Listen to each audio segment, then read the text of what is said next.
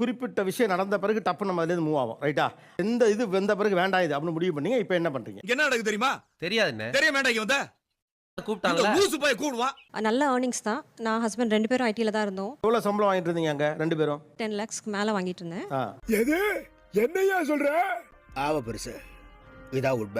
நீங்க 10 லட்சம் ஒரு 5 லட்சம் 25 லட்சம் ரூபா ஆவரேஜா? மினிமம் 25 லட்சம் மினிமமே. ஓ இன்னைக்கு தங்க வேட்டை தான். ஆல்ரெடி நான் ஸ்டார்ட் பண்ணிட்டேனே. Very good. குடு அப்புறம் பிரிச்சுக்கலாம். இப்போ என்ன பண்றீங்க? இப்போ வந்து ஆர்கானிக் இன்டெகிரேட்டட் ஃபார்மிங் பண்ணிட்டு இருக்கோம் தாராபுரம்.